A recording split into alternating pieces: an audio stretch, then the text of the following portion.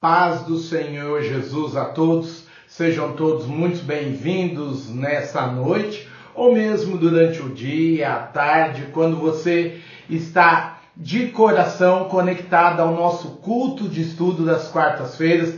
Um beijo enorme a toda a comunidade da família, aos irmãos e irmãs que estão atentos, vigilantes, e durante esse período onde estamos um pouco mais distanciados, estamos desenvolvendo a disciplina da comunhão à distância, da vigilância espiritual, da atenção enquanto povo de Deus. Muito obrigado pela sua participação, pelo seu envolvimento, pela sua dedicação a Deus e a nossa igreja como um todo, no envolvimento, na oração, na preparação da vida e do coração, para que quando pudermos estar juntos novamente, tenhamos crescido em Cristo aquilo que Deus nos preparou. Que Deus abençoe seu lar, a sua casa, a sua família, a todos aqueles que estão reunidos a você.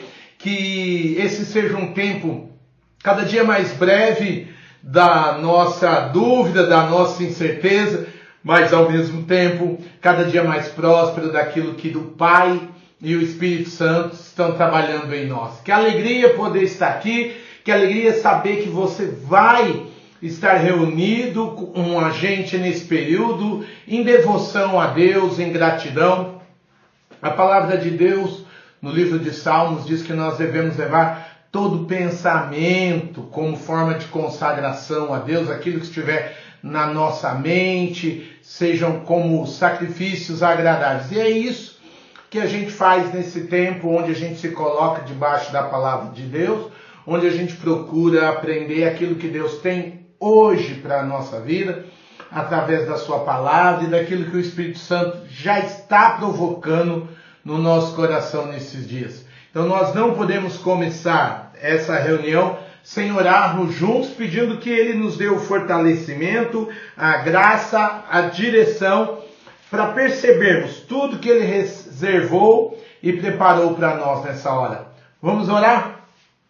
Amado Deus e Pai, louvado seja o Teu nome por este dia, por podermos chegar aqui debaixo da Tua graça, da Tua direção. Obrigado porque é um mês de festa e celebração da nossa igreja. 8 anos que o Senhor direcionou este movimento, esse momento, esse ministério, e queremos nos achar dignos do Teu chamado. Queremos nos encontrar fiéis à Tua graça derramada e ao trabalho que o Senhor está desenvolvendo em nós, nos transformando cada dia mais à semelhança do Teu Filho Jesus. Pedimos nessa hora que o Senhor tire da nossa mente, do nosso coração, tudo aquilo que poderia nos distrair diante da Tua graça e da Tua bondade.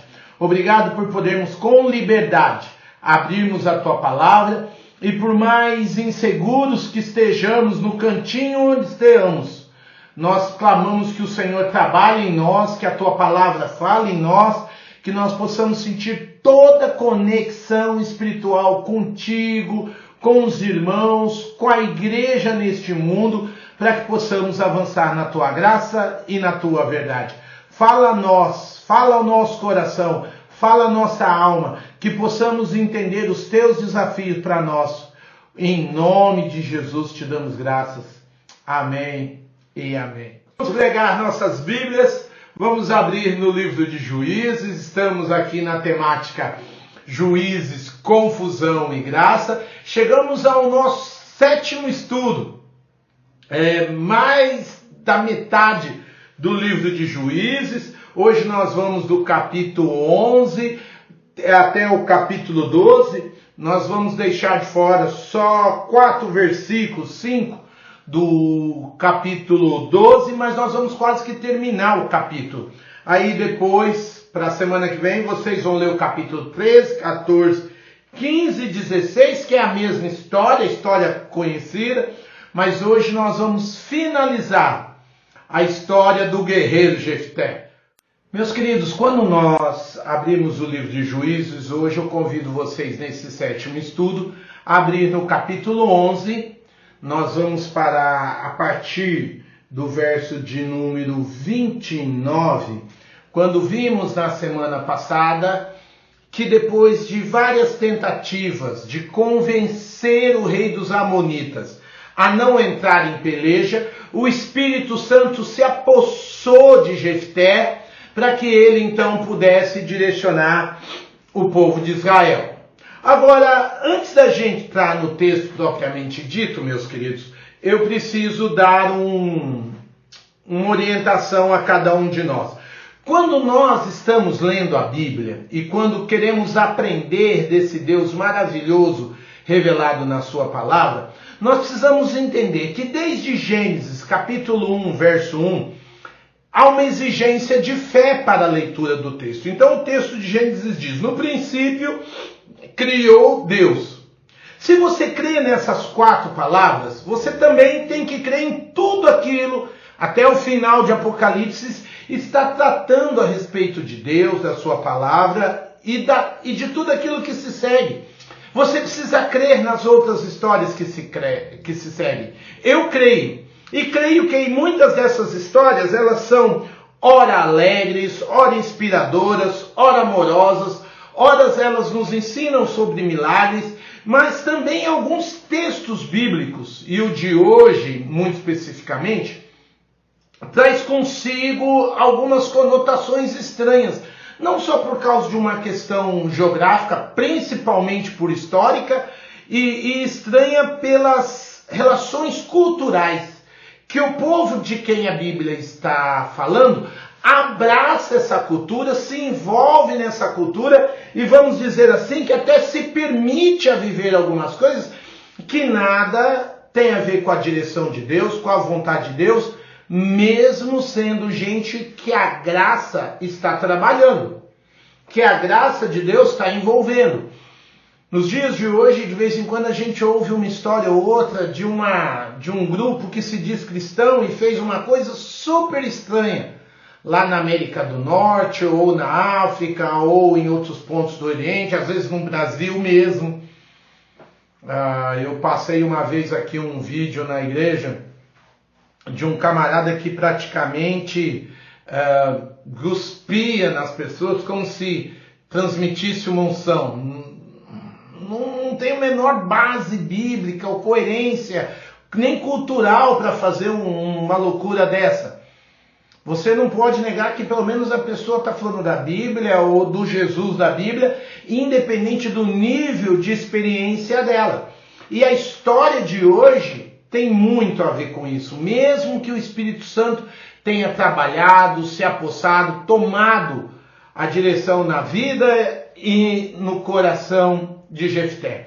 Então vamos ler Juízes 11, a partir do verso 28, 29, que diz assim: então o Espírito do Senhor se apossou de Jefté. Este atravessou Gileade e Manassés, passou por Mispá e Gileade, e dali avançou contra os Amonitas. E Jefté fez este voto ao Senhor: se entregares os Amonitas nas minhas mãos, aquele que estiver saindo da porta da minha casa ao meu encontro, quando eu retornar da vitória sobre os Amonitas, será do Senhor, e eu o oferecerei em holocausto. Então Jefté foi combater os Amonitas, e o Senhor os entregou nas suas mãos. Ele conquistou 20 cidades, desde Aroer até as vizinhanças de Minite, chegando a Bel-Queramim. Assim, os Amonitas foram subjugados pelos israelitas. Quando Jefté chegou à sua casa em Mispá, sua filha saiu ao encontro dançando ao som de tamborins, e ela era filha única. Ele não tinha nenhum outro filho ou filha. Verso 35, quando a viu, rasgou suas vestes e gritou: ah, minha filha, estou angustiado e desesperado por sua causa, pois fiz ao Senhor um voto que não posso quebrar. Meu pai, respondeu ela, sua palavra foi dada ao Senhor, faça comigo o que prometeu, agora que o Senhor o vingou dos seus inimigos, os Amonitas. E prosseguiu: mas conceda-me 2 meses para vagar pelas colinas e chorar com as minhas amigas, porque jamais me casarei.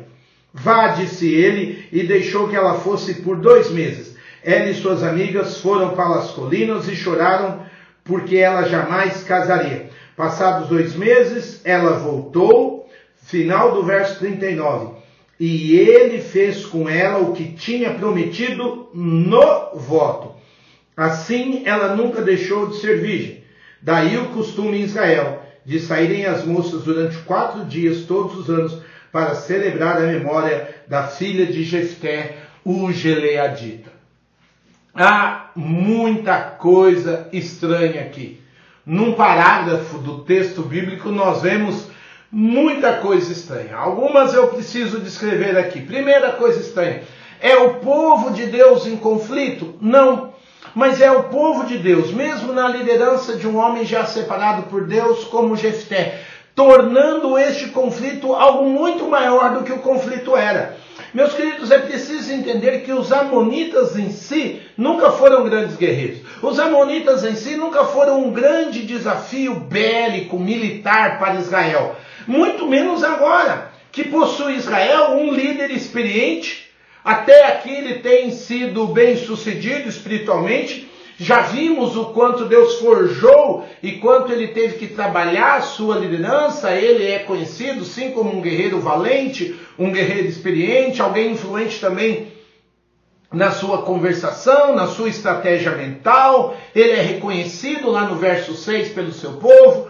Mas vimos também aqui a descrição de quanto ele ganhou de 20 cidades, lá no verso 32, 20 batalhas, nem se descreve os detalhes, mas ele é alguém que avança, que progride, e mais ainda. Nós vemos no verso 29 o quanto Jefté já foi ungido, ou seja, quanto ele já foi capacitado por Deus para uma performance específica, para um trabalho específico.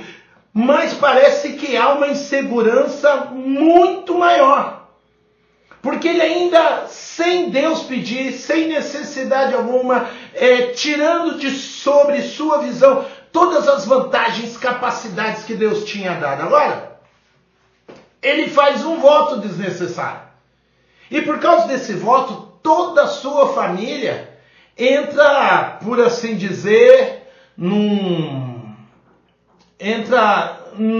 aflição, entra num sofrimento.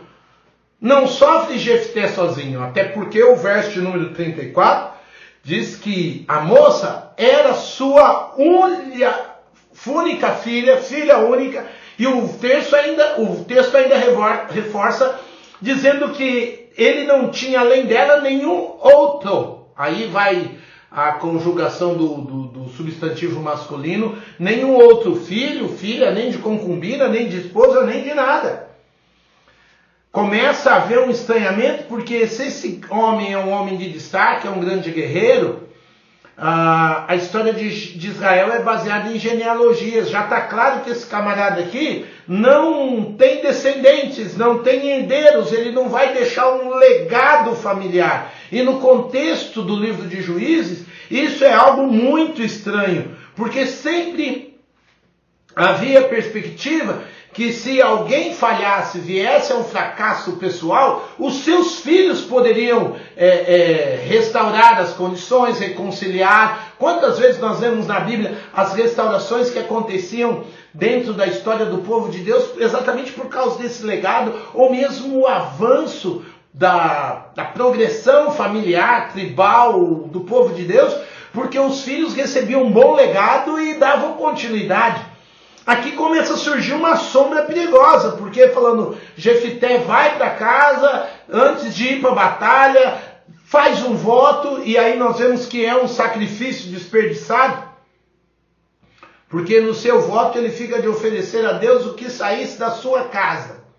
É interessante que nenhuma referência há no texto a respeito da aprovação de Deus, nenhuma nota de Deus aceitar este sacrifício. Nós precisamos entender que o período de juízos ocorre depois da preparação que Moisés deu ao povo de Deus nos grandes 3 sermões que está registrado no livro de Deuteronômio. E especificamente em Deuteronômio capítulo 12, o povo de Deus é orientado sobre os sacrifícios, sobre as ofertas, sobre a participação daqueles que iriam ministrar, os levitas, sacerdotes, das posturas humanas que deveriam existir nessa adoração. entre o relacionamento homem-Deus. E quando você chega no verso 8 de Deuteronômio, o texto diz que eles não deveriam agir, mesmo estando em terra estrangeira, como o povo daquela terra fazia. Eles deveriam ter uma postura na adoração a Deus diferente do povo daquela terra. O verso 31 ainda vai dizer: não adorem o Senhor, o seu Deus, da maneira como fazem essas nações, porque ao adorarem os seus deuses, eles fazem todo tipo de coisas repugnantes que o Senhor odeia. E aí o texto dá um exemplo: como queimar seus filhos e filhas no fogo em sacrifícios aos deuses. Ou seja, Deus já estava dizendo que esse seria um sacrifício inválido, seria uma vida infelizmente desperdiçada, uma atitude infeliz. O ser humano, por mais religiosamente dedicado que ele seja, ele pode se tornar em um fogo estranho diante de Deus, tendo uma atitude repugnante na presença desse Deus que se revelou. Jefté recebe as mesmas orientações que eu e você de adoração a partir de Deuteronômio. Então, quando nós vemos Jefté indo para cima do rei amonita, que podia ser uma história de festa, de alegria, de vitória, de bênção, prosperidade, aquela mesma história se torna agora algo confuso. A mesma história, por não ter percepção da graça, se torna algo ruim, algo estranho. E o autor bíblico descreve o ambiente dessa transformação de forma muito prática entre os versos 32 e 34, quando ele diz que Jefté foi combater os amonitas. Venceu 20 batalhas. O Senhor entregou os amonitas nas mãos de Jefté. E o verso 34 diz: quando Jefté chegou à sua casa em Mispá, primeiro porque, apesar de falar indevidamente, e nós já vimos como Jefté era bom de conversa quando convenceu o povo para realmente reconhecer ou não a sua liderança e se apresentar diante de Deus, quando ele tenta convencer o rei amonita, mas agora o texto mostra de maneira clara que Deus estava ainda abençoando a vida do guerreiro. Se ele teria as vitórias que teria, era porque a mão de Deus era com ele. O texto, como eu disse, já não dá muita atenção aos detalhes das 20 batalhas que está lá no verso 33 em diante, que ele conquistou. Devem ter sido situações maravilhosas, espantosas, milagres de livramentos, escapes divinos. No entanto, o texto fala pouco da batalha para mostrar quando ele chega em casa. A ênfase não está nas vitórias da rua, a ênfase não está nos atos heróicos da rua, mas quando ele chega em casa. A ênfase aqui não está na vida profissional, executiva, ministerial, socialmente extremamente bem-sucedida, num crescimento maravilhoso, mas infelizmente na decadência trágica que acontece ao chegar em casa. E aí todo esse estranhamento de um guerreiro que fala diante de Deus o que não precisa, expõe a sua família ao que não precisa, fala demais diante de Deus, sem reflexão, sem profundidade, sem conhecimento daquilo que gera a vontade de Deus para a adoração do seu povo, sem humildade, sem quebrantamento, talvez no ritmo de ter que progredir, de ter que fazer, de ter que dar resultado diante das batalhas. Agora o foco da história é quando esse homem não vive a sua vida só na rua, só na igreja, só na empresa, só no comércio, só no trabalho. A grande questão aqui agora é quando esse homem chega em casa. E quando Jefté chega em casa, o texto vai jogar luzes sobre uma situação extremamente absurda. Queridos, existem motivos estranhos no coração, na fala, no pensamento de Jefté, para que a situação com sua filha se tornasse tão absurda quanto se tornou. Eu não consigo olhar para esse texto sem novamente fazer um recordo do próprio passado Jefté e da situação. Lembrando que Jefté vai lutar com os amonitas. lá no verso de número 1 do capítulo 11, diz que Jefité era filho de uma prostituta. Seu pai era um homem conhecido na região, levava o próprio nome da terra, Gileade. Jefté é gileadita, mas eu penso que toda vez que ele, como líder, tem que olhar para o seu passado, olhar para as suas exclusões, olhar para a rejeição social que ele e sua mãe passaram e viveram, isso trazia algo muito incômodo ao coração de Jefité. Mesmo que ele agora fosse alguém reconhecido e aprovado, havia algo mal resolvido, e principalmente quando se trata de Amonita, porque a descendência dos Amonitas, eles são frutos também, infelizmente, de um incesto. Vale a pena você olhar o texto bíblico e descobrir de onde vêm os Amonitas. E aí, Jefité parece que precisa apagar o passado, tapar coisas que na história dos seus adversários e na dele mesmo pesou demais. Eu leio o texto e vejo um Jefité inseguro, e as suas inseguranças não derrotaram fora de casa, derrotaram dentro de casa, no seu íntimo. Sabe, amados, muitas vezes nós queremos dar um jeito de sumir com o nosso passado, sumir com aquilo que é doloroso a nós, a nossa ancestralidade, aos nossos antecedentes. Nós queremos sumir com palavras, com termos. Eu conheci gente já em igreja que, infelizmente, tinha um sotaque muito estranho. E não falava que nem paulista do interior, não falava igual paulista da capital, não falava igual baiano, não falava igual mineiro, porque a pessoa não queria que ninguém perguntasse de onde ela era. E de onde ela era tinha um sotaque muito carregado, e ela fazia questão de falar tão diferente que não se parecia com ninguém. E um dia eu, muito atento a sotaques, porque eu acho muito bonito, fui fazer a pergunta, o marido olhou tipo, você não entrou nessa área, porque de onde essa pessoa veio? Ela tinha muitas tristezas e ela queria pagar aquilo. Já contei isso na igreja, meu pai, quando criança, foi perguntar à sua avó, que tinha sido escrava, como era a respeito da escravidão, e meu pai disse que ganhou um tapa na boca, e minha avó olhou firme para ele e falou: você nunca mais fale desse assunto dentro de casa. Tal a dor, tal a ferida, tal a sensibilidade daquele assunto. Então não se fala disso. Quantas e quantas famílias não querem falar de alguns assuntos que doem. Não estou dizendo que não dói, mas que precisa ser tratado diante de Deus. Todos nós temos dentro de nós algumas inseguranças. Nós temos um senso de inadequação que ele é até bom, que ele gera responsabilidade. Eu não me acho tão capaz para algumas coisas, mas pela graça, pela misericórdia de Deus, eu vou depender de Deus mais do que de mim mesmo para enfrentar isso e fazer isso. Agora, uma coisa é um senso de inadequação proveitoso, e os profetas tiveram. Jeremias se achava como uma criança diante de Deus. Moisés dizia que não sabia falar. Deus tentou convencê-lo, até que Deus coloca Arão do seu lado. Nenhum dos grandes homens, quando foi chamado, se sentiu no primeiro momento, num segundo momento, tão capaz. E esse senso de dependência é bom. Agora, quando as inseguranças se tornam tão desnecessárias que elas tiram a gente do alvo de Deus, aí a coisa é negativa, aí é ruim.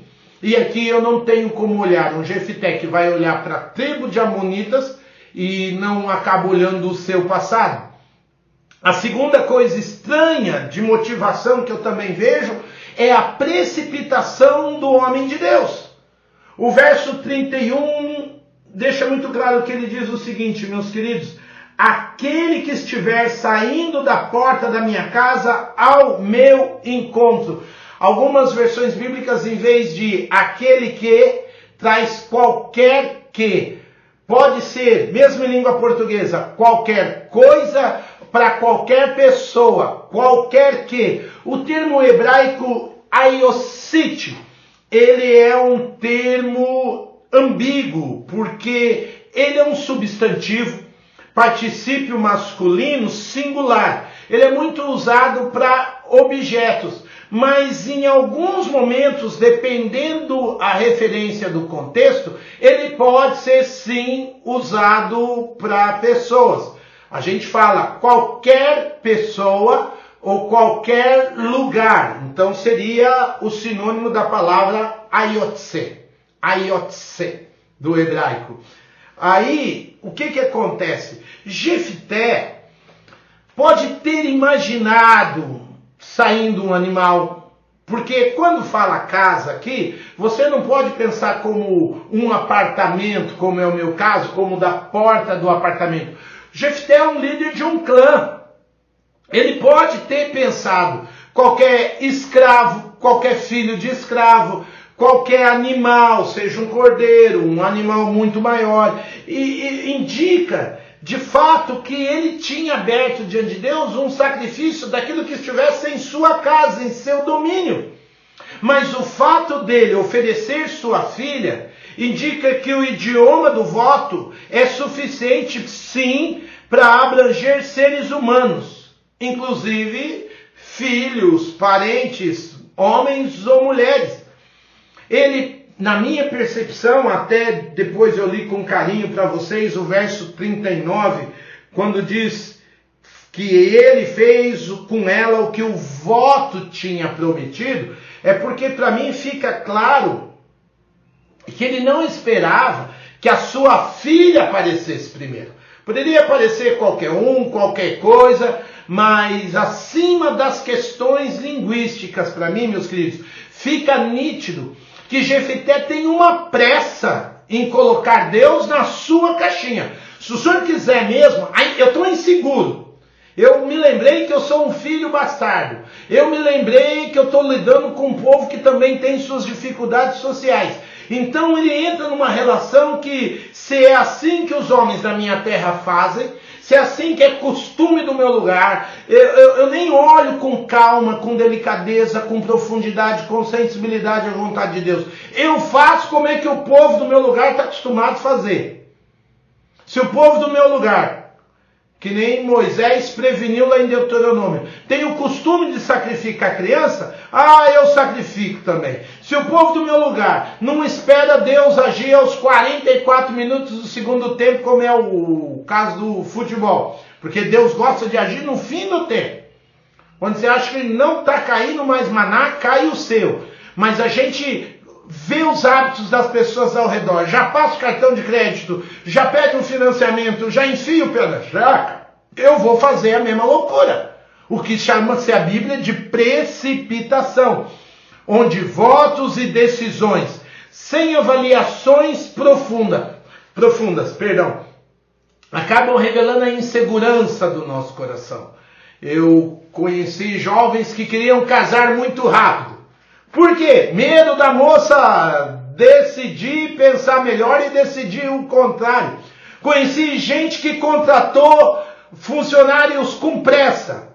Por quê? Porque estava pagando pouco e com medo do camarada desistir do salário oferecido. Então, tudo aquilo que é muito precipitado corre um risco de não ser profundo. Provérbios capítulo 21, verso 5 diz: os planos bem elaborados levam à fartura, mas o apressado sempre, olha que coisa, sempre acaba na miséria.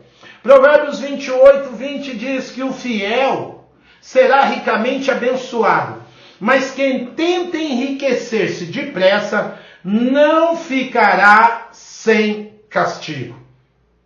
Então, se o povo de Jefté era um povo tão pragmático, que faz as coisas sem pensar, sem aprofundar, ele agora, infelizmente, é um líder assim.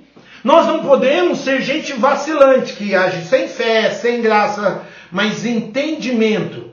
E deixar Deus direcionar, refletir, meditar, mostrar uma profunda dependência de Deus. Enquanto Deus está falando, espere, faz parte da maturidade. A precipitação representa a nossa infantilidade emocional, espiritual, social. As decisões mais sérias da vida exigem sim de nós reflexão, meditação, conselhos, porque tudo aquilo que é precipitado, meus queridos, tende a dar, como diz o provérbio popular, com os burros na água. Por que com os burros na água? porque a profundidade do rio pode ser muito maior do que os animais de carga conseguem suportar. Um outro estranhamento que nós precisamos ver, que entra na vida de gente que era direcionada por Deus, é a questão da cultura da anomia. Cultura da anomia, porque quando nós começamos a estudar o livro de Juízes, eu deixei muito claro para vocês, pendurado na entrada da nossa casa, o texto que diz que naqueles dias ou naquela época, não havia rei em Israel, cada um fazia o que era certo aos seus próprios olhos. E nós precisamos entender que aqui o foco está voltado para o líder daquela época, que não é um rei, que é um juiz, porque quando o juiz mesmo tem uma atitude tão insana, tão precipitada, tão superficial, ele representa aquilo que também está no coração do seu povo, dos seus próprios liderados. Vocês se lembram, alguns anos atrás, quando o nosso país estava vivendo muitas passeatas, muitas manifestações, e eu me lembro que em muitas delas, ao final, que eram passeatas democráticas, livres, em governos anteriores, sempre no final, durante uma época, estava tendo algumas confusões por causa de um grupo que vinha, os Black Blockers, vinham com uma máscara preta, camiseta amarrada na cara, e depois da passeata eles destruíam tudo. Aquilo é um símbolo de anomia, de anarquia. A ordem era manifestar com respeito e impassividade. Mas havia um grupo que não respeitava nada, que anunciava que não vivia debaixo de nenhuma lei, de nenhuma direção. Eu me lembro que num desses manifestos, um dia alguém filmou um pai reconhecer o filho debaixo de uma daquelas máscaras pretas. O pai começa a falar com o filho, ele reconhece que é o filho dá sinal de estar ali, e depois na reportagem eu li sobre o diálogo, e esse homem não quis nem saber, no meio da manifestação, ele estava só atravessando a manifestação, ele pegou o filho pelo braço, pela orelha, deu uma dura no menino, levou o menino para casa, e eu nunca mais me esqueço dessa história, porque o nome desse pai, muito bem consciente, era Oswaldo, meu xará. E é interessante, porque ainda que a sociedade gritasse que não havia lei, não havia lei, não havia regra, cai governo, Black Blocker na rua, aquele pai disse, não, a minha casa tem uma ordem, a minha casa tem uma orientação, aqui nós vamos seguir um padrão de civilidade. Quando aquele pai foi questionado, por isso que eu sei o nome dele, que a reportagem apontou, o seu Oswaldo disse com toda clareza, eu estou criando meu filho para ele ser um cidadão de bem, porque qualquer um de nós sabe que quando não há regra, não há orientação, a corrupção é o próximo passo, a perdição é o próximo passo. A exemplo do que o Senhor Jesus diz em Mateus 7. Mateus 7, Jesus Cristo está diferenciando o reino dos céus daqueles que vivem sem a lei do reino em suas vidas e em seus corações. E aí aparece um grupo de homens dizendo a Jesus, onde nós te vimos? E Jesus fala, olha, vocês podiam ter me alimentado, vocês podiam ter me visitado, e eles vão dizer, mas Senhor, nós profetizamos, nós curamos em teu nome, fizemos milagres, e Jesus vai dizer no verso 23, não vos conheço, nunca vos conheci, apartai-vos de mim, vós que praticam o mal, em algumas versões, a iniquidade. Iniquidade do grego anomia, a de negativa, de não, prefixo de não, e nomia de norma, de lei, de regra. Tem gente querendo viver o que dá na cabeça, gente que vive apenas por aquilo que sente no momento. E aí quando a gente não pensa, não reflete, não abre os olhos, seja para Deuteronômio, Juízes, a próxima consequência é algo tão estranho que vai ferir a nossa casa e a nossa família. Essa precipitação que há no coração de Jefté denuncia também o seu sincretismo leviano. Nós como brasileiros sabemos bem o que é sincretismo. Quando o povo da África vem com a sua religiosidade, ancestral, como eles dizem, muito panteísta, ligado à natureza, a objetos, e chegam aqui no Brasil e eles têm um fardo religioso da Igreja Romana pesando sobre si, que impede qualquer outra religiosidade. Eles fazem uma transcomutação de valores. Então, uma falsa divindade africana é transformado num dos ídolos católicos romanos.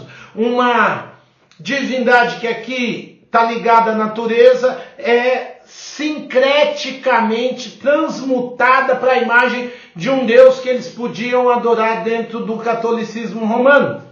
Então, quando alguém que vigiava os escravos olhava a reunião deles, não via a imagem daquela divindade afro, via a imagem católico-romana. Mas os africanos, os negros que vieram da África, os escravos, pensavam naquela divindade da África e não do que os portugueses viam. Então isso é sincretismo, você pensa num e faz com o coração no outro. Lá no verso 24 do capítulo 11, nós vimos Jefté questionando o rei Amonita, e lá ele disse: da mesma forma tomaremos posse do que o Senhor, o nosso Deus, nos deu. É claro que no coração de Jefté há um incômodo com Deus Camus. Para muitos estudiosos, Camus também é uma figura do deus Moloque. Eu não citei isso semana passada. A impressão que eu tenho é que na sua pressa, na sua precipitação, Jefté está interessado em pedir vitória, não apenas para honrar a Deus, para direcionar o povo de Deus, mas para dar também uma vitória acima do Deus estranho. Ele assume um compromisso ensinando que o Senhor tem que ser persuadido, chantageado para manter a ideia da liberdade do povo de Gileade, mas simplesmente também para não cair na mão do Deus estranho. Não estou interessado tão somente em amar a Deus ou a servir a Deus. Eu não quero aquele outro. E ele faz um voto ignorando quem Deus é. A pressa em ganhar do outro não leva a conhecer com profundidade quem é esse Deus que falou em Deuteronômio, que tirou o povo do Egito, que colocou o povo em Canaã. Eu só quero me livrar daquele. Infelizmente, meus irmãos, quantas pessoas vieram sim para o Evangelho apenas para se livrar do fardo religioso que tinham na religião A, B, C antes. Mas quando você questiona o conhecer quem é esse Deus que se revela no Evangelho de Jesus Cristo, as pessoas sabem falar 2, 3 coisinhas. Quem é esse Deus do Evangelho que foi enviado pelo Deus Pai? As pessoas conhecem muito pouco. Por quê? Porque elas não aprofundam. Elas fazem muitas vezes um simples sincretismo religioso. A Jefté representa gente que ignora o tamanho da graça infinita, da bondade, da misericórdia que Deus tem pelo seu povo. E aqui na cabeça de Jefté, Deus está sendo rebaixado a uma postura manipulável. Eu vou fazer um voto com Deus para Deus fazer o que eu quero, para eu enganar aquele outro Deus, para eu vencer. E não porque eu aprendi a amar ao Senhor e quero servir ao Senhor e o Senhor quer dominar sobre nós. As pessoas no Brasil conhecem um Deus que não me obriga a ir na igreja todo dia, como algumas religiões obrigam, que não obriga eu vestir uma roupa, como algumas religiões pedem, que vai me levar para o céu sem eu ficar pagando penitência, promessa e outras coisas. Mas quando você questiona com profundidade quem é esse Deus, sua bondade, sua misericórdia, toda a sua graça, as pessoas não conseguem também se aprofundar. É nítido para mim que Jefté tem sim um coração legalista. Ele inclusive quer ser mais santo do que o próprio Deus. Por quê? Porque ele já havia sido ungido. O verso 29, antes do voto, diz que o Espírito Santo já tinha designado a tarefa, o coração, a missão. Deus já estava provando, ele já tinha o selo. Mas agora ele quer algo mais. Ele quer um reconhecimento maior, ele quer só certeza. Ele está sendo levado para um nível de desafio, mas ele não quer correr risco. Ele está sendo levado para uma vida de fé, mas ele não quer andar pela fé. Ele só quer a certeza, mesmo que isso implique em aumentar, como diz os jovens, o level do challenge. Ou seja, quando a gente jogava pedrinha quando era criança, começava com uma, mas o grande alvo era pegar 5 pedrinhas numa jogada. Tem gente que religiosamente vai aumentando o nível do desafio, como se fosse num videogame, até para elevar a sua posição espiritual. Não basta ser só pastor, tem que ser bispo. Não basta ser só servo de Jesus, tem que ser apóstolo. As pessoas vão criando escalas religiosamente pensadas e manipuladas por elas mesmas, visando assim estar mais aprovado e mais ungido diante de Deus. É mais ou menos semelhante à conversa entre a mulher e a serpente. E o maligno jogou sobre o ser humano esta tentativa de crescimento. Lá no verso 2 do capítulo 3, a serpente fala, vai lá, pega o fruto, afinal Deus não disse, ao contrário, vocês não morrerão, não toque nisso, não toque naquilo. Vai, toca, veja, vocês não morrerão, distorcendo a palavra. No verso 5 do capítulo 3 de Gênesis, a serpente vai dizer, Deus sabe que no dia que vocês comerem do fruto, seus olhos se abrirão, serão como Deus, conhecedores do bem e do mal. É como se a serpente estivesse dizendo, come para vocês irem para um outro nível, para se parecer mais com Deus, sendo que o ser humano já era criado à imagem e semelhança de Deus, sendo que cada crente já tem o desafio de ser um servo de Jesus, de amar como Jesus, já é ungido por Espírito Santo. A gente não tem que ficar criando mais escala para parecer mais santo. Isso significa legalismo. Isso significa religiosidade sem profundidade. Ai, me chamaram para fazer isso na igreja, na comunidade, mas eu só quero fazer se eu for reconhecido como líder. Ou já é um líder, eu só quero fazer se eu for reconhecido com um título disso, com um título daquilo. Se todo mundo for comigo, amado, lutar contra a monita, você já sabe. Deus já falou que vai te dar a vitória. Não precisa ficar criando votos. Não precisa ficar criando sincretismos da sua cultura, da sua religiosidade. Você tem que ser mais dependente da graça e da misericórdia. De maneira bem prática, essa história da casa e da família de Jefté, meus queridos, só me diz uma coisa. Não torne a sua vida estranha. Não torne a sua vida, a sua família, uma história de estranheza, de esquisitismo, de absurdo, porque você não teve profundidade, fidelidade ou quebrantamento diante de Deus. Quantas e quantas famílias e histórias começaram bem e diante de um desafio fizeram a coisa mais estranha que havia. Então, como é que Jefté também nos ensina a não deixar que a nossa história enquanto igreja da comunidade da família americana, enquanto homens e mulheres de Deus, não fique estranha? Primeira coisa, resolva seu passado. E a melhor coisa para você resolver o seu passado é entender, é orar, é colocar na mente e no coração que Deus já te aceitou, que Deus já te amou, que Deus já te perdoou e talvez você precise fazer o mesmo com você. Pois quando se faz isso, você passa a enxergar novos rumos, novos contextos, novos desafios, novas aprovações, novas alegrias, mesmo às vezes com algumas derrotas. Quando o apóstolo Paulo escreve para a igreja de Corinto, no capítulo 6, verso 11, ele dá ali uma lista dos membros da igreja, e os membros da igreja de Corintiano não era fácil não. Tinha alguns ali que eram homicidas, tinha alguns ali que eram ladrões, tinha alguns ali que eram mentirosos, tinha alguns ali que eram homoafetivos, tinha alguns ali que eram adúlteros. Tinha todo tipo de gente nessa igreja.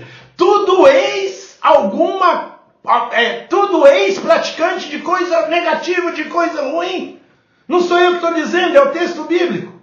Essa igreja era formada de gente que, no sentido mais popular, não valia nada. E Paulo escrevendo diz assim, no verso 11, assim foram, aleluia, foram no passado alguns de vocês. Vocês foram isso, aquilo, tudo de ruim. Mas vocês também já têm um passado modificado, porque vocês foram lavados, santificados, justificados no nome do Senhor Jesus Cristo e no Espírito do nosso Deus. Olha que coisa linda. Vocês não foram apenas mentirosos, ladrões, com uma sexualidade pervertida, distorcida, mas vocês foram também chamados, santificados, escolhidos, ungidos. Vivam assim, foquem nisso, deixe que a nova vida tome conta de vocês para que a história de vocês não se torne uma história estranha. Segunda coisa, para a gente não tornar a nossa história estranha, escolha suas lutas. Tem muita gente que às vezes não sabe contra o que lutar. Tem gente com pequenos adversários, e esses pequenos adversários são aquelas raposinhas citadas por Jesus, que roubam as nossas forças e que acabam gerando grandes lutas na nossa alma. E depois da alma vai para a família, para os amigos, para o evangelho, porque são lutas lutas fora da prioridade. A filha de Jefité, lá no verso 36, nos diz uma coisa interessante. Quando ela pede para o pai um tempo para estar com suas amigas, mas acima de tudo ela fala, pai, me deixa aí, verso 36. Meu pai, respondeu ela, sua palavra foi dada ao Senhor, faça comigo o que prometeu, agora que o Senhor Deus o vingou dos seus inimigos, os amonitas. Essa ideia dela denunciar que o pai já tinha uma inimizade também com os amonitas. Havia um quê de vingança pessoal. Eu fui procurar no texto os originais, as referências originais. Não são os amonitas só os inimigos do Senhor. Agora que o Senhor o livrou dos seus, com S maiúsculo, inimigo. Ela sabia de alguma coisa que estava no coração de Jefité, que não aceitava os amonitas, talvez porque tinham passados parecidos. Toda vez que a gente tem problema com alguém, a nossa antipatia, às vezes gratuita por alguém, é porque a gente muitas vezes tem uma antipatia espelho. Aquela pessoa que a gente não gosta porque fala de um jeito assim, porque fica muito quieta, porque isso ou porque aquilo, é um pouco do que a gente é. A gente vira e mexe, projeta no outro as coisas mal resolvidas da gente. E ela fala, você se vingou. É muito claro o texto, o verbo utilizado. O Senhor o vingou dos seus inimigos. Então esses inimigos são do Senhor, mas são também de Jefité. Em momento algum Deus usou vingança. Deus está protegendo Israel. Eu queria perguntar para você, contra quem, se você pudesse, em nome de Deus, se vingar, você se vingaria? Você é crente, você é ungido, você é nova criatura, você não vai se vingar das pessoas. Mas por 30 segundos, como é que você declararia um grupo, uma pessoa, alguém, um jeito, uma personalidade que mereceria sumir da terra? Pare de carregar isso. Declare isso diante de Deus. Não torne sua vida estranha. A Bíblia contém salmos precatórios. Salmos precatórios são aqueles salmos onde Davi ou outros salmistas declaram que se tivessem oportunidade, pegariam a cabeça dos filhos dos seus inimigos e dariam contra a pedra. Eles pedem a vingança, eles pedem que Deus se vingue, eles colocam para fora coisas que não deveriam estar ali, mas estão. Por quê? Porque eles são humanos, eles são pessoas de carne e osso. E eles precisam que a graça, a misericórdia de Deus os envolva de tal modo que eles venham a superar aquele mal-estar, para que eles não se tornem amanhã ou depois gente estranha. Escolha as suas lutas. Tem pessoas que já te feriram, já te magoaram, já pisaram na bola com você e não vale a pena. Coloque e deixe eles serem inimigos de Deus. Peça que Deus trate com eles.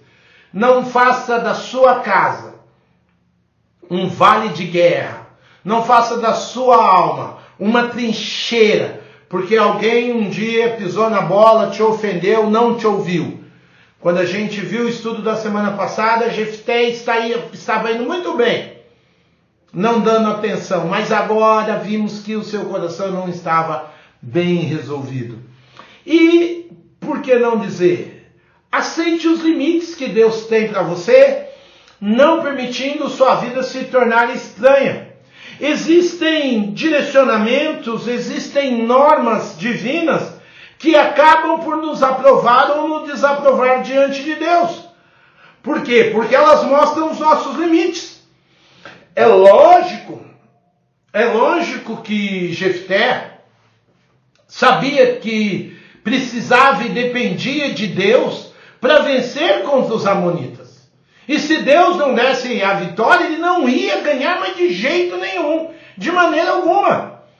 Então ele não precisava do voto, era uma questão dele dizer, Senhor, se o Senhor não lutar comigo, se o Senhor não vencer por mim, é lógico que eu vou perder. É lógico que eu dependo do Senhor, eu não tenho capacidade.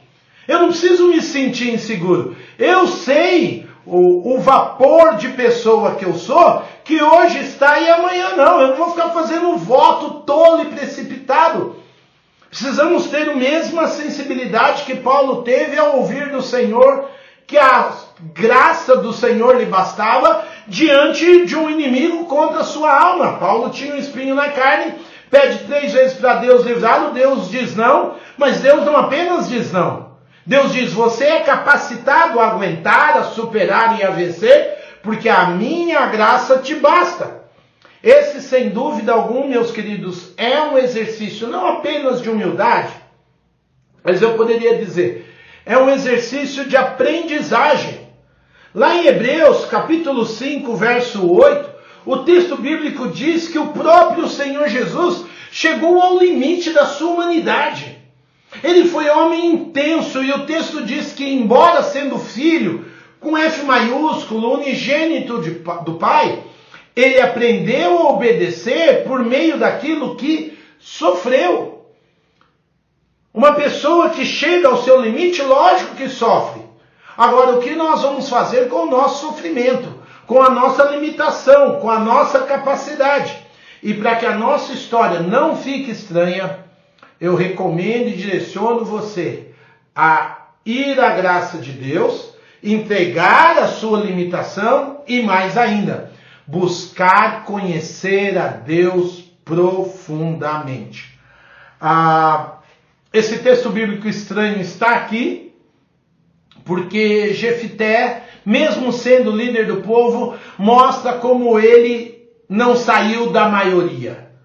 Conhecer a Deus com profundidade, meus queridos, é sim sair da maioria. É não ficar na média de onde vem o termo mediocridade. As pessoas mal leem o Novo Testamento, um pouquinho mais os Evangelhos, por isso que eu louvo e agradeço a sua vida de estar aqui estudando um texto tão radical como esse do Velho Testamento, o livro de Juízes. Mas é quando a gente se aprofunda que a gente conhece a graça e a misericórdia de Deus. Agora, para a gente se aprofundar, em primeiro lugar, a gente precisa assumir a responsabilidade pela nossa alma. E assumir responsabilidade pela nossa alma é assumir responsabilidade pelo nosso contínuo e progressivo crescimento espiritual. Não simplesmente porque a gente está com fome espiritual, mas porque é necessário conhecer a Deus mais e mais, com mais excelência, e quando a gente achar que estivesse chegando no limite, buscar mais ajudas, buscar mais recurso. Jesus, no Evangelho de João, Jesus, no Evangelho de João, capítulo 17, no verso 3, Jesus diz que a vida eterna, que a vida sem limites, que a vida na eternidade, que começa na salvação, resume-se e se foca em conhecer ao Pai e a quem Jesus enviou. Então, conhecer a Deus, sair da média, é uma questão de vida espiritual. Jefité sacrifica sua filha porque ele não tem um profundo conhecimento da graça, da misericórdia. Em algum momento da sua loucura, ele podia ter se quebrantado diante de Deus, falando: Deus, eu falei demais, me perdoa, eu fiz um voto precipitado. A vitória é só sua, foi só o Senhor que ganhou, eu não tive mérito algum, mas não vou sacrificar minha filha. Perdão, porque esse é um Deus que diante das loucuras humanas, quando há arrependimento, quando há quebrantamento, esse Deus entra com perdão, esse Deus entra com livramento, esse Deus que não quis o sacrifício nem de Abraão, que era um homem que vivia por fé, porque iria aceitar o sacrifício de um homem que pensa mais com a cabeça daqueles que seguiam a Camus e a Maloque do que aqueles que seguiam a Yahvé. Conhecer a Deus nos livra das nossas tolices, das nossas ignorâncias. Isso me faz entender que Jefté tinha pressa de conhecer e de vencer em Deus. E eu queria dizer a você, meu irmão, neste dia com muito carinho: busque a santidade, busque o crescimento, busque o desenvolvimento espiritual de forma processual, porque ninguém, nenhuma santa igreja, em nenhum lugar do mundo está pronto como crente, está maduro como cristão. Nós estamos amadurecendo. Se esse crente, se essa igreja, se esses irmãos acham que estão prontos, vão ser promovidos, porque nessa terra a nossa comunhão, ela é fruto do trabalho entre tentativa e erro. Porque ser discípulo de Jesus é tentar viver a fé, é amadurecer na fé, e é no meio dessas tentativas, às vezes errar, voltar atrás, se quebrantar, aprender alguma lição e se levantar novamente pela graça e pela misericórdia de Deus. Jefité, como eu já disse, ele não queria errar. Ele não queria batalhar pelo nome de Deus, correndo o risco que tivesse que correr. Não, ele queria ser o discípulo que só acerta, que não tem progresso em progresso, de fé em fé, de glória em glória. É só vitória. Sai daqui, 100%. Não. Lembra que o povo que está ali vivendo ao redor de povos que tinham corações idólatras, tinham que aprender a andar pela fé. Não é andar na certeza. Não é andar só na boa, como diz a juventude. Isso não é vida de fé. Vida de fé é ter profundidade, é ter fundamento, é ter princípios, baseado na palavra, na revelação, e ir acertando esses princípios na vivência, na convivência, na coerência desses fundamentos, mesmo em meio a um coração que às vezes se trai. Por isso a necessidade de obediência, de prudência, de praticar aquilo que ontem não praticou no ensino do Senhor Jesus. Vida cristã não é experiência mágica, plim-plom, do dia para a noite. Não é uma experiência isolada que eu fico aqui no meu escritório pensando, e depois eu saio na rua e já acerto tudo de primeira. Não dá para se comparar também com ninguém. A experiência de cada um dos filhos de Deus é de acerto e erro, e apenas cada um pode avaliar o quanto hoje venceu aquilo que não venceu ontem. Eu penso, meus irmãos, que infelizmente, por causa da palavra do verso 40, em memória da filha de Jefté, se criou uma cultura no meio do povo daquela época, da moça chorar antes do dia de casar, porque a filha de Jefté não apenas não se casou, como morreu, por causa da tolice do seu pai, do voto precipitado, desnecessário, do desperdício de palavras e de ações do seu próprio pai. Aquela moça, infelizmente para mim, foi desperdiçada no altar a Deus, e Deus não pôde aceitar aquilo como oferta. Aceitou a vida, mas não como adoração. Uma vez eu pregava esse mesmo texto numa igreja em São Paulo e estava presente um pastor querido, Zé Ref Rachalon, Vicente Oliveira, E o mestre Vicente participou da comissão de tradução da NVI, a Bíblia editada pelo Luiz Saião, e presidente da comissão. E eu me lembro do professor Vicente também dizendo que entendia que essa moça foi sacrificada. Há muitos estudiosos que vão achar que o voto era só ela não se casar, mas não. Depois dela não se casar e ter chorado, as moças celebravam em memória da filha de Jefté. Não memória dela não ter casado, dela ter morrido. Por quê? Porque o seu pai queria uma solução mágica. Seu pai queria uma luta ganha antes de suar pela batalha. E faz um voto precipitado diante de Deus. Eu gosto muito do texto de 1 Coríntios 13. Não por causa do começo tão bonito, tão suave, tão inspirador pelo amor. Mas lá no verso de número 9, Paulo diz que nós precisamos aprender a amar com profundidade. Porque em parte conhecemos e em parte profetizamos. Andar na vida de fé não é ter todas as respostas, não é ter todas as certezas, não é ter todas as seguranças. É depender de Deus enquanto batalha, enquanto profetiza, é conhecer enquanto profetiza, é aprender como Jesus aprendeu em meio ao sofrimento. A minha oração por cada família que assiste esse vídeo, por você que me ouve, é que Deus nos ajude a transformar as nossas decisões e desafios, não numa história estranha e absurda, mas em histórias de quebrantamento, de humildade, de conhecimento, numa história de homens e mulheres que mesmo já comissionados, sabem que pode ter uma derrota aqui, uma derrota ali, mas ter na eternidade a vitória ganha por Cristo Jesus.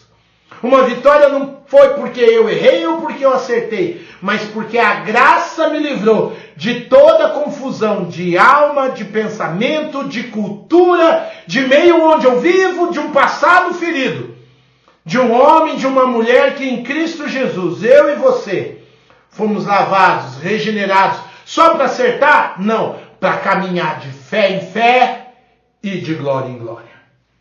A história de Jefté tem esse capítulo triste, delicado, que quando a gente lê no primeiro momento, acha que nada tem a ver com a nossa história. Mas não, meus irmãos. Quantos homens e mulheres de Deus, quantos homens e mulheres chamados, reconhecidos, com livros escritos, tendo pregado em congressos, tendo frutos que falavam por si, tiveram decisões precipitadas, fizeram voto tolos, quiseram mudar de nível social, espiritual, religioso e levaram muitas vezes a sua casa, a sua família, aquilo que Deus deu a eles, a dor, a perdição. A história de Jefté termina, nós vamos ler ainda rapidinho os 7 primeiros versos do capítulo 12. Porque ele ganhou do rei Amonita, voltou para casa, sacrificou a menina, e o verso 1 do capítulo 12 diz que os homens de Efraim foram convocados para a batalha. Dirigiram-se para Zafon e disseram a Jefté: por que você foi lutar contra os amonitas sem nos chamar para ir juntos? Vamos queimar a sua casa e você junto. Jefté respondeu: eu e meu povo estávamos envolvidos numa grande contenda com os amonitas, e embora eu os tenha chamado, vocês não me livraram das mãos deles. Quando vi que vocês não ajudariam, arrisquei a vida, fui lutar contra os amonitas, e o Senhor me deu vitória sobre eles. Por que vocês vieram para cá hoje? Para lutar contra mim? E o verso 4 diz que Jefté reuniu então todos os homens de Gileade e lutou contra Efraim. Os gileaditas feriram os efraimitas porque eles tinham dito: vocês gileaditas são desertores de Efraim e de Manassés. Os gileaditas tomaram as passagens do Jordão que conduziam a Efraim. Sempre que um fugitivo de Efraim dizia: deixe-me passar, os homens de Gileade perguntavam: você é efraimita? Se você respondesse que não, diziam: então diga Shibolete. E se ele respondesse Sibolete, sem conseguir pronunciar corretamente a palavra, prendiam-no e matavam no lugar da passagem do Jordão. 42.000 efraimitas foram mortos naquela ocasião. Jefté liderou Israel durante 6 anos. Então o gileadita Jefté morreu e foi sepultado numa cidade de Gileade. Meus queridos, não pense vocês que aquele voto precipitado que atingiu a casa de Jefté como homem de Deus não teve consequência e prejuízo para toda a nação. Às vezes eu penso isso como pastor, como líder. Às vezes alguns erros que a gente tem dentro de casa não fere só a minha casa ou a minha família. Leva a igreja, leva os meus irmãos, leva o meu grupo de comunhão a sofrer. É lógico que o coração de Jefté aqui está pesado, está duro. Teve que sacrificar sua filha, não vai ter legado, não vai ter história. Sua história vai findar ali. E é muito delicado, meus irmãos, porque além de termos um Jefté mal resolvido de alma e de coração, tem também a tribo dos Efraimitas. E se você se lembrar ou puxar os estudos anteriores, acontece a mesma coisa que aconteceu com Gideão lá no capítulo 8. Quando Gideão voltou da sua luta, da sua grande batalha com os 300, lembra aquele grupo reduzido? A mesma tribo de Efraim vem dizer para ele: por que você não levou a gente para batalhar? E não foi ele que não levou, foi Deus que não convocou. Nós lembramos que Deus foi tirando 22 mil e pouco pessoas de lutar ao lado de Gideão. Essa tribo de Efraimita agora, assim como eles tinham ameaçado Gideão de lutar contra a sua tribo, eles vão não apenas ameaçar o Jefté, como tocar fogo nele e na sua casa. E aqui, Jefté, que antes tinha tido uma extrema diplomacia para lidar com os líderes do seu próprio povo, para lidar com o rei dos Amonitas, agora ele manda tudo para as cucuias. Ele não tem a menor paciência. Lá no verso 4, ele conversa uma vez só. Ele fala: por que vocês vieram lutar aqui para mim hoje? Mas ele já deve ter falado um tom de voz duro, tentou explicar male, falando: olha, vocês que não vieram, eu chamei, vocês não vieram, eu fui para a luta. E aí ele já reúne o grupo dos homens de Gileade para vir lutar contra os Efraimitas. Não apenas não teve diplomacia, como agora diz o verso 6, que 42 mil pessoas do povo de Deus morrem pelas mãos de alguém do próprio povo de Deus. Jefté, infelizmente, me parece ser alguém já dado à violência. Alguém acostumado a sangue, a luta, a dor, a guerra. Eu falei que ele já era meio da turma da pá virada no estudo passado. Agora parece que ele deixa isso tomar conta dele. Ele estraga a sua casa, estraga seu povo, estraga na sua nação, porque ele não ministra a vida com a graça de Deus. Ele não conhece profundamente. Aquelas conversas de tentativas de convencimentos inteligentes somem tudo quando o seu ego é ferido, quando o seu coração é maltratado. Lá no verso de número 4 diz que realmente ele reúne, porque os efraimitas chamam os gileaditas de desertores, em outras maneiras, de covarde. Aquilo bate no seu coração, arde na sua alma. Ele já estava cansado de ter xingado por causa daquele passado mal resolvido. Agora, quando ele é chamado de desertor, ele fica louco. É uma crítica injusta? É uma crítica maldosa? É uma palavra mal colocada contra seu coração? É também. Mas, infelizmente, Jefté deixou de trabalhar com aquilo que estava no seu coração. E o texto aponta que o seu domínio, o seu tempo de juízo, a sua regência foi muito curta. Foram apenas 6 anos. Não diz necessariamente, nem mesmo contra quem ele libertou Israel. Diz só que ele lutou, diz que ele liderou, Israel. Você vai olhar e não diz que ele foi usado para libertar, porque ele trouxe confusão, e nem de que houve paz. Olha que coisa delicada. Ele estava tão preocupado com as coisas de fora que não foi capaz de cuidar e de alimentar os seus irmãos. Pelo contrário, ele criou confusão com eles. Ele, como líder, deixou o coração amargar. Ele investiu mais energia para conversar, para dialogar com os de fora do que com os de casa. A falta de atenção à palavra de Deus leva muitas vezes a gente não dar atenção às palavras das pessoas da casa, da fé, da igreja, daqueles que a gente precisaria muito mais investir amor, perdão, atenção, cuidado. A gente entra numa divisão e numa contenda tão grande que a gente não é capaz de investir na reconciliação. Jefité buscou vitórias, Jefité buscou conquistas, ainda que isso sacrificasse sua própria filha, mas ele não buscou paz, não buscou conciliação, não buscou amor, não buscou afeto entre esses irmãos. Ele buscou ser reconhecido, ele buscou ser aprovado, mas ele não buscou ser emanado com os seus irmãos. Queridos, há muitos homens e mulheres que são um sucesso. Fora de casa, na empresa, no trabalho, na faculdade, na universidade, no comércio, na loja. É um empreendedor maravilhoso, é um orador maravilhoso, é gente que atinge. Mas quando volta para a vida com os seus, é um deserto, é uma pobreza. A pressa leva à miséria, como já vimos em Provérbios. Ah, mas ele ouviu coisa injusta. Ouviu. Ah, mas ele ouviu críticas maldosas. Ouviu. A minha pergunta é: como você tem lidado com as críticas injustas? Como você, mesmo ungido por Deus, sendo levantado por Deus, tem lidado com as maldades que às vezes você vai sofrer na sua casa, na sua família, daqueles que estão perto do seu coração? Se você não tiver profundidade em Deus, a possibilidade de você até parecer bem religioso e fazer um voto precipitado é muito grande. Agora, o quebrantamento, a humildade, a sobriedade pode trazer a você um período de paz, de tranquilidade que você nunca imaginou.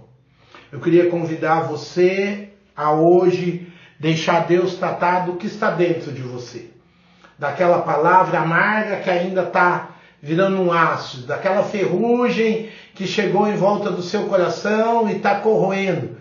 De pessoas que você se distanciou, seja da sua família, seja da nossa igreja, seja de pessoas que riam e brincavam com você, mas por causa das lutas da vida, você não quer nem pensar nessas pessoas, nem se aproximar dessas pessoas, porque você fez um voto e em cima desse voto, ou em cima dessas batalhas, você quer esquecer tanta coisa que rodeou sua vida.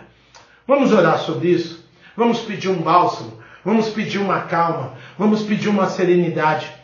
Vamos pedir para que o Deus de toda a graça e misericórdia te envolva, me envolva, nos envolva, para que a gente gaste dentro das nossas famílias de comunhão e de fé a mesma visão e sonho que às vezes a gente gasta do trabalho, com os de fora, até mesmo na evangelização dos de fora, o mesmo carinho, mesma atenção, mesma luta que a gente tem para não dar um mau testemunho. A gente luta a gente lute dentro de casa e da família, da igreja, para que a gente dê um bom testemunho. Eu quero orar para que você fale com irmãos que talvez você deixou de falar há muito tempo, para que você sente e ore, para que quando a pandemia passar e a gente se reunir lá na Duque de Caxias, em pequenos grupos, em grandes grupos, não importa, mas para quando a gente puder ter a oportunidade de se visitar, de partir o pão, de dar uma risada, você não se feche e não mate ninguém, como Jefté fez, infelizmente. Vamos orar? Amado Deus e Pai, nós te louvamos porque a tua palavra mostra e revela que há histórias estranhas. A tua palavra mostra e revela que às vezes ao nosso redor vão ter pessoas perdidas e confusas como os efraimitas.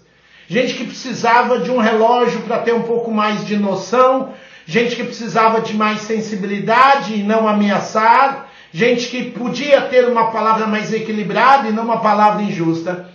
Mas Deus, o problema não são os irmãos efraimitas. O problema é o nosso coração, ao não saber discernir a profundidade da tua graça, a profundidade da tua misericórdia, a profundidade do teu amor por nós. Ó Deus amado, em Cristo Jesus, tem misericórdia de nós. Nos ajuda a ter uma vida cada dia mais de quebrantamento, de humildade na tua presença.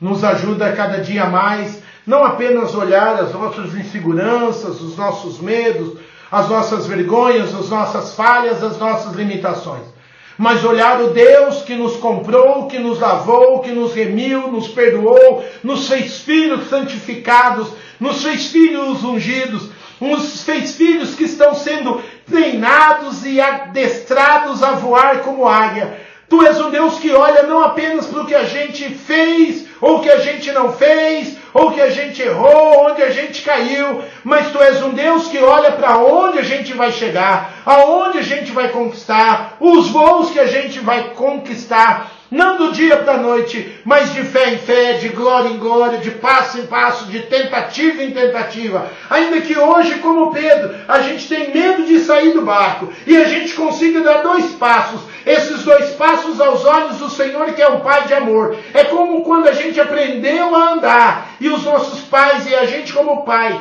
fez festa para os filhos porque eles deram 2 passos. A gente hoje à noite, há pessoas hoje, Pai amado, que não tem forças para sair correndo, mas conseguem dar um passo simples e pequeno na tua direção, clamando e pedindo: ah, Deus, reveste a nossa fraqueza. Ah, Deus, reveste a nossa limitação. Ah, Senhor, reveste a nossa pequenez, para que nós possamos te honrar, te bendizer, te engrandecer em todas as coisas. Seja conosco, que não sejamos aqueles que transformam a história da nossa própria família numa história estranha. Ajuda-nos a criar o revestimento de graça, de perdão, de amor, de dependência do Senhor suficiente para não jogarmos ninguém na fornalha ou na fogueira das nossas imperfeições, das nossas amarguras, da nossa ignorância, da nossa superficialidade. Ajuda-nos a criar, sim, um ambiente de calor, de carinho, de respeito. Ajuda aqueles, ó Deus, que têm se amargurado nesses dias, porque estão distantes de pessoas das quais esperavam uma ligação, um telefonema, uma atenção, uma resposta. Não nos deixa que esses dias difíceis de pandemia azedem a nossa vida, nosso coração e a nossa alma. Leva-nos, ó Deus, a ter a expectativa de voltarmos a congregar juntos o mais rápido possível, para que juntos possamos sim, em Cristo Jesus, fazermos festa, andarmos ao lado de irmãos e irmãs queridas, que outrora nós festejamos, brindamos, bebemos o cálice da nossa salvação, e agora queremos continuar a festejar aquilo que o Senhor tem feito em nós, na tua graça e bondade. Leva-nos sim a um próximo patamar de bondade, de graça, de profundidade espiritual. Não porque somos merecedores, mas por tudo aquilo que Cristo Jesus já venceu, para que sejamos uma igreja feita de famílias, ainda mais unidas, ainda mais fortes, ainda mais quebrantadas, ainda mais amigas e dependentes do Senhor. Para a glória e louvor que há no nome de Cristo Jesus. Amém, amém e amém. Fica na graça daquele que é fiel, no amor de Deus Pai, nas graças do Senhor Jesus e nas ternas consolações do Espírito Santo, hoje e sempre. Que Deus abençoe. Para o nosso encontro, estude, leia, devore Juízes de 12 a 16. Olha, 4 capítulos, 12, 13, 14, 15, 16. A história grande e recheada do juiz Sansão. Espero você nesse encontro. Que Deus te abençoe. Quero antenar e ligar o seu coração aos desafios que nós temos tido como igreja. Neste mês de maio nós ainda temos o desafio junto à Cofam, com as nossas cestas solidárias, lembrando que às terças-feiras das 10 à 1 da tarde, nós estamos aqui recolhendo os elementos para a cesta, os ingredientes para a nossa cesta básica. Se você precisa dessa lista que está aí na tela com mais detalhes, você pode encontrá-la no Instagram da igreja, que é o @cfamiliaam. Agora, querida igreja, junto a esse pedido, nós também temos um especial. Você pode perceber que o clima está mudando, nós já estamos entrando na estação de frio, então nós pedimos que você já comece a se preparar. Nós faremos uma campanha de inverno, mas você comece já a vasculhar seu guarda-roupa, aquilo que você pode doar. E hoje, de uma maneira especial, nós temos um pedido muito específico. Como todo o comércio está parado, muitas daquelas mulheres que tiveram bebês nas últimas semanas não têm conseguido adquirir roupa para bebê. Então, se você, alguém da sua família, pode disponibilizar, traga na terça-feira, neste horário das 10 a 1, a Cofam estará recebendo, porque há uma necessidade específica de roupa de frio, principalmente, para bebê. Então, se você pode nos ajudar, deixe o seu chamado acontecer através da Cofam. Como igreja, nós temos alguns desafios acontecendo. Essa é uma semana decisiva e nós queremos contar com a sua generosidade, como você tem sempre feito, e lembrar a você que, apesar das nossas inseguranças, Deus continua sustentando a sua obra, sustentando as nossas vidas e as nossas famílias. Se você tem alguma dificuldade, e não são poucas as pessoas que comentam isso, não tem aquela naturalidade ao lidar com as redes sociais, às vezes as questões de internet e tudo mais, sinta-se à vontade de ligar para a igreja, de ligar para alguém da diretoria, para o nosso corpo diaconal e receber aquela ajuda que você precisa para semear, sabendo que a tua igreja está aqui servindo a muitas famílias e nós contamos com a sua cooperação nesse momento. Mas também, por outro lado, estamos sempre disponibilizando o apoio e o cuidado pastoral. Na descrição desse vídeo você tem as formas mais rápidas de entrar em contato comigo, com o pastor Zé Roberto, com a pastora Larissa. Às vezes você precisa passar o nome de alguém que você quer que a gente ore, ou visite, ou aconselhe. Muitas pessoas estão já entediadas, cansadas de viver esse momento tão sem orientação, tão desafiador, e a sua equipe pastoral está aqui para ajudar você e andarmos juntos nesse momento. Lembrando também que nós temos vivido os nossos círculos de oração das maneiras mais diversificadas, nos grupos, pedindo que você se reúna em família, em momentos específicos, mas nós temos tido 2 horários, às 3 da manhã e às 3 da tarde, especificamente. Lembrando que nós temos orado muito pela nossa região, pedindo que Deus nos dê, diante das nossas autoridades, aquela liberação parcial, para que muitas atividades produtivas possam voltar ao seu ritmo normal e assim termos as necessidades supridas, apesar de estarmos clamando a Deus a sua cura e, digamos assim, que Deus pare de uma vez por todas, Deus pare de permitir o avanço do coronavírus sobre a nossa região. Vivemos um momento radical no nosso país e, por que não dizer, no mundo. E nós queremos aproveitar esse momento para confirmar a graça e a bondade de Deus. Sabe como? Através do nosso Papo de Esperança.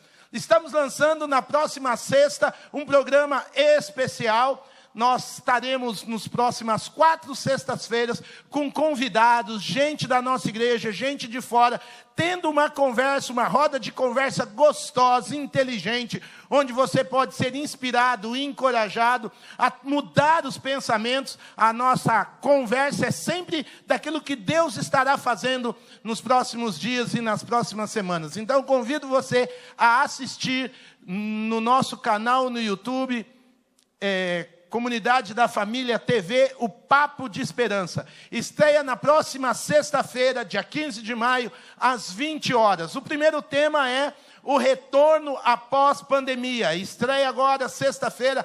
A sua sexta-feira de quarentena jamais serão as mesmas, porque toda sexta nós vamos ter gente falando, inspirando, compartilhando. Eu tive na primeira gravação, foi algo fantástico. Você tem que assistir, compartilhar e deixar Deus encher o seu coração de esperança através do Papo de Esperança.